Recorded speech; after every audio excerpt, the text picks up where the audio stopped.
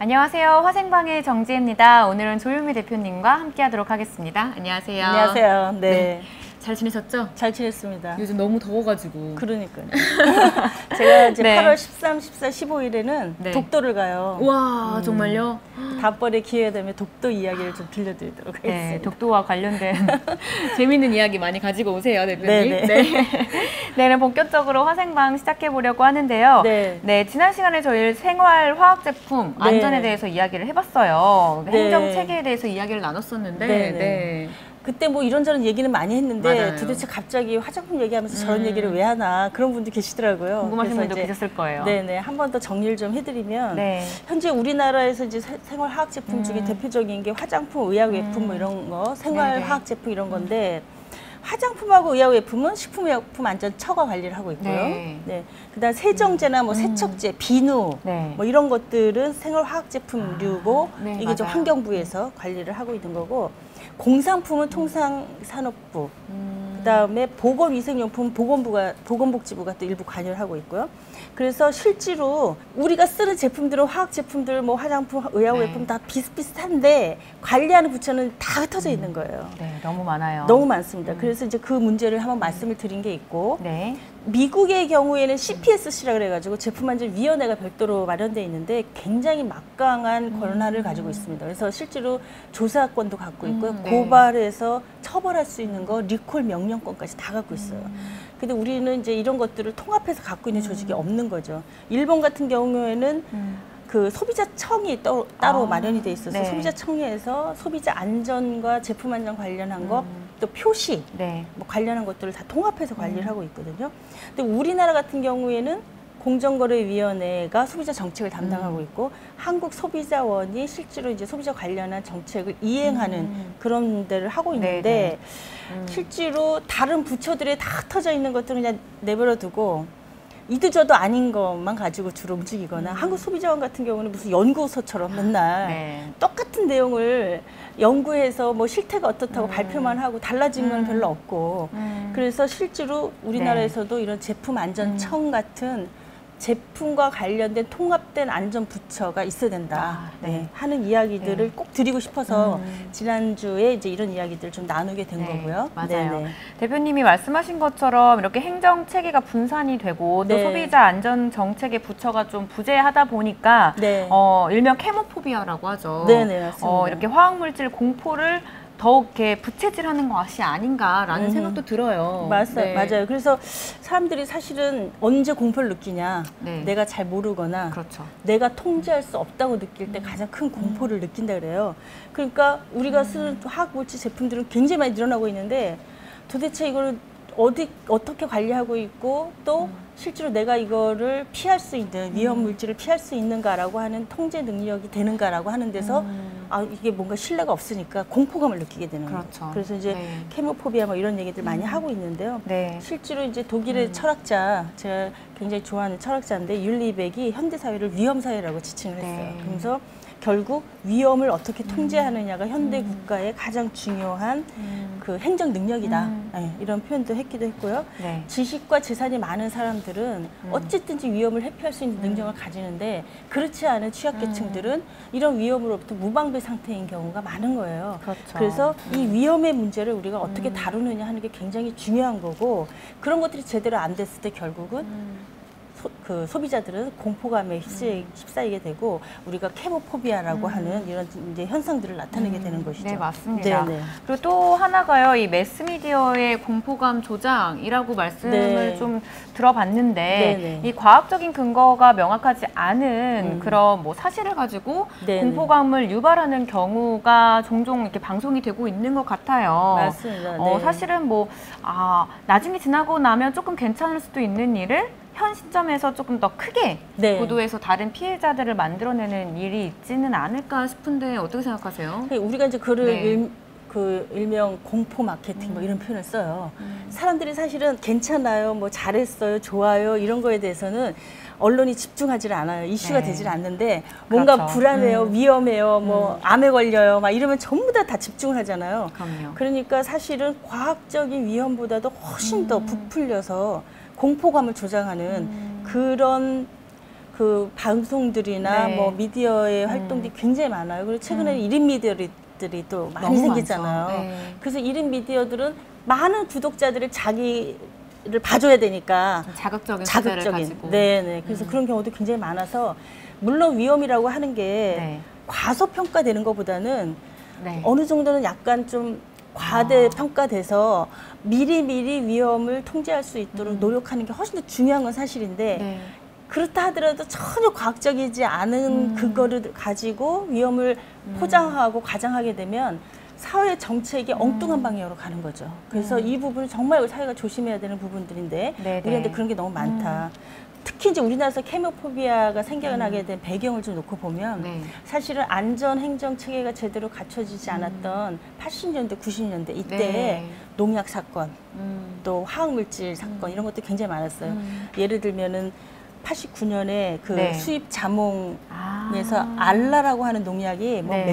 몇만 배 검출됐던 사건이 있었고 네. 이게 소비자 단체가 식품에서의 농약 문제를 처음으로 제기했던 이 처음 사건이에요. 한 게 1989년에 일어났던 네. 수입 자몽 농약 알라파동. 그렇습니다. 네. 소비자 시민 모임에서 이 문제를 제기하면서 그랬었군요. 소비자 네. 단체가 식품에서의 농약 문제를 제기하기 시작했죠.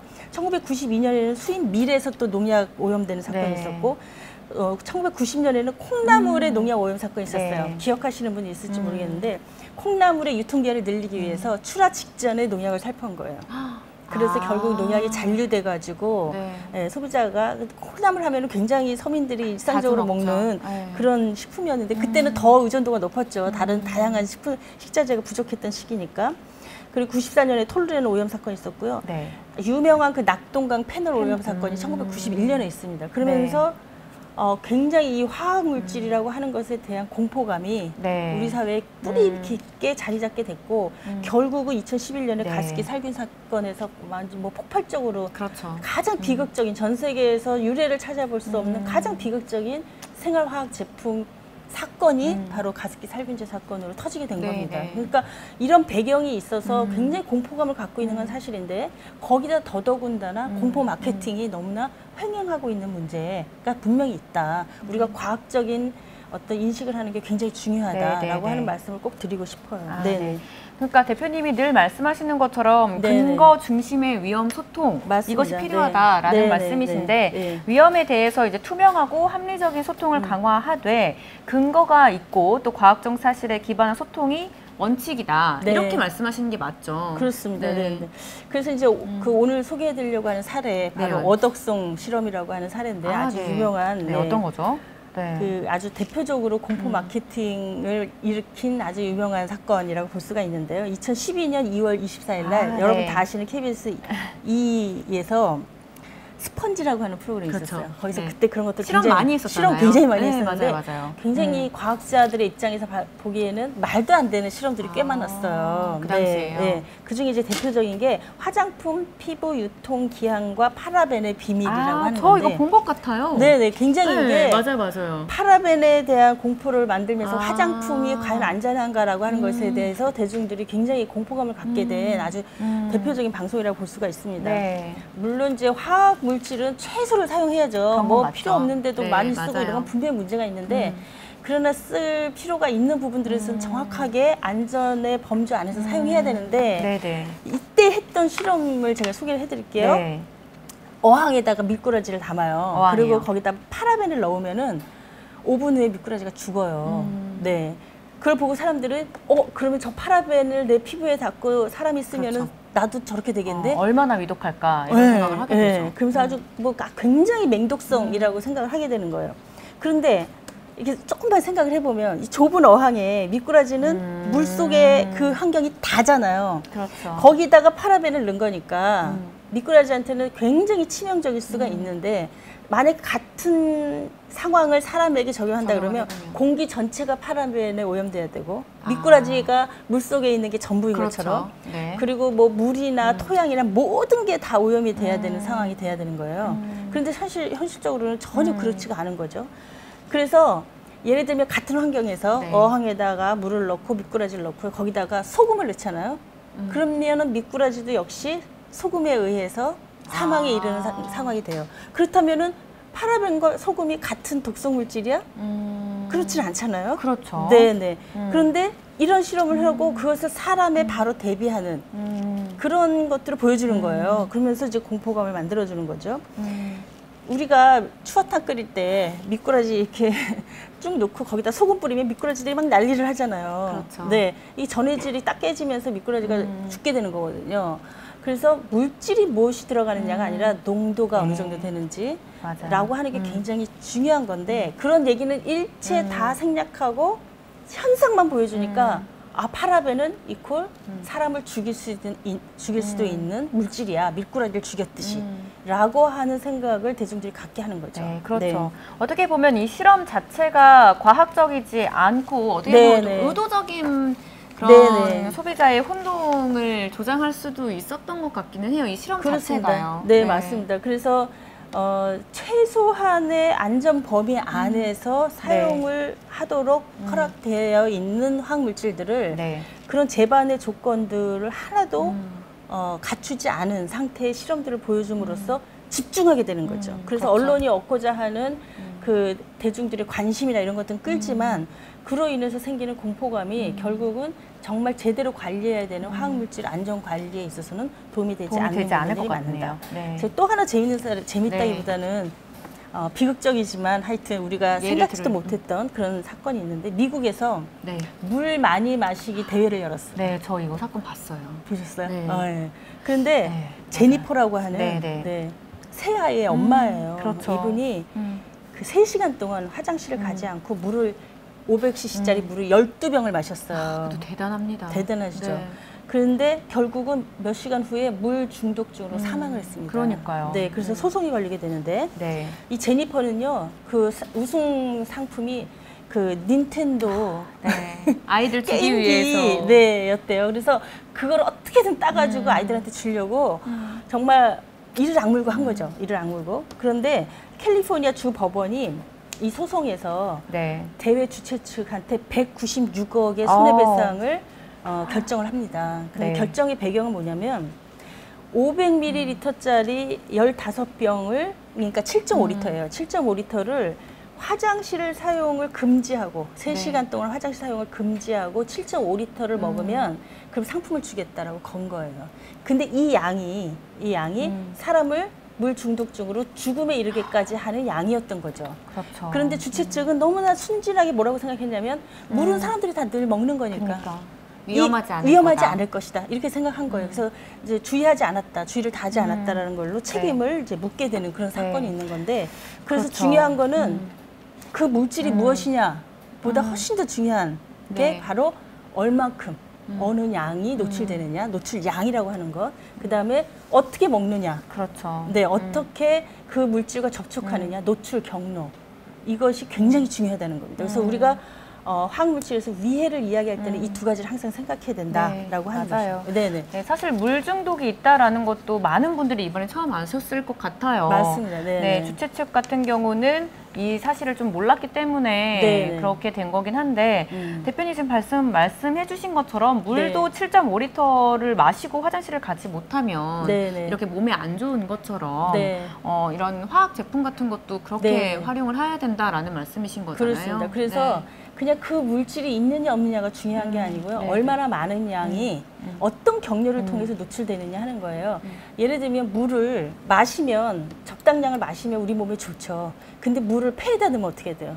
익사하잖아요. 그렇죠. 네, 그래서 물 자체도 중요하지만 더 중요한 것은 경로가 어떻게 되느냐. 결국은 가습기 살균제 문제도요. 사실은 그게 가습기에다가 살균 보존제가 들어있는 그 살균액을 넣어서 그거를 수증기화 만들어가지고 수증기처럼 만들어서 폐에다 직접 넣은 거예요. 그래서 결국은 노출 경로의 문제가 가장 심각했던 거죠. 그래서 그 당시에 다른 나라에서는 노출 경로가 바뀌면 그 물질에 대한 위해 평가를 새로 해라라고 하는 게 돼 있었는데 우리나라에서는 그 법이 없었어요. 그래서 가습기 살균제에 사용했던 그 물질을 굉장히 일상적으로 세제류나 이런 데서 많이 썼는데 위험을 몰랐네요. 네, 그런데 노출 경로가 바뀌는 그냥 손으로 닦고 물로 씻어내는 걸로 늘상 수십 년 동안 써왔던 물질을 폐에다 직접 수증기로 만들어서 넣는 것에 대한 평가의 의무가 없었던 거예요. 그게 그래서, 결정적으로 우리나라에서 가습기 살균제 문제가 생기게 된 원인이죠. 이제는 법이 만들어져서 노출 경로가 바뀌면 새로 위해 평가를 하도록 그렇게 되어 있습니다. 그래서 지금 이제 그림을 하나 보여드리는데요. 위해성, 사람에게 얼마나 위해하냐라고 하는 거는 그 물질 자체가 가지는 위험성이라고 얘기하는 건데요. 물질 자체가 가지는 독성에다가 가장 중요한 것은 노출량. 그리고 또 하나 우리가 생각한다 그러면 노출 경로. 이것을 같이 묶었을 때 위해성이라고 하는 것들을 평가할 수 있다라고 하는 겁니다. 그래서 물질이 있냐 없냐, 제로냐, 일이냐, 열이냐 이런 것들만 집중할 게 아니고 양과 경로들을 우리가 명확히 판단한 위해 평가라고 하는 걸 이해해야 된다라고 하는 거예요. 여기 사자 그림이 있는데요. 그림으로 보니까 좀 더 이해가 잘 되네요. 이해되시죠? 예, 사자를 딱 만났어요. 그래서 사자 자체는 변하지가 않았는데 이 사자가 배가 고프냐? 엄청 배가 고픈 상태예요. 그 상태에서 토끼를 만나면 토끼한테는 굉장히 위험한 상태가 되고 이 사자가 바로 직전에 다른 걸 잔뜩 먹은 거예요. 그래서 배가 많이 불러 있어요. 그럼 토끼를 만나도 사냥을 안 해요.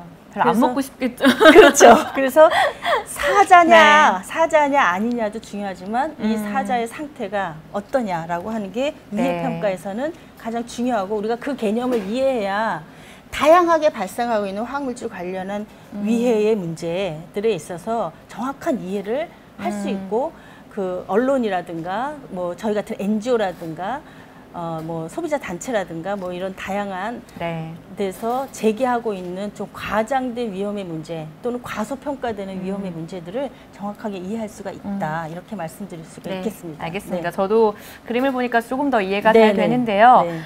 좀 정리를 해보자면 이 위해 평가라는 것이 바로 이 물질의 위험뿐만이 아니라 노출량과 노출 경로를 종합해서 얼마나 위해 가능성이 있는지를 평가한 시스템이다. 이렇게 알아주시면 좋을 것 같아요. 그래서 오늘은 여기까지 마무리를 하고요. 다음 시간에도 이제 화장품 위해 평가 시스템에 대해서 조금 더 자세히 이야기 나눠보도록 하겠습니다. 그러면 고맙습니다. 다음 시간에 또 뵐게요. 안녕.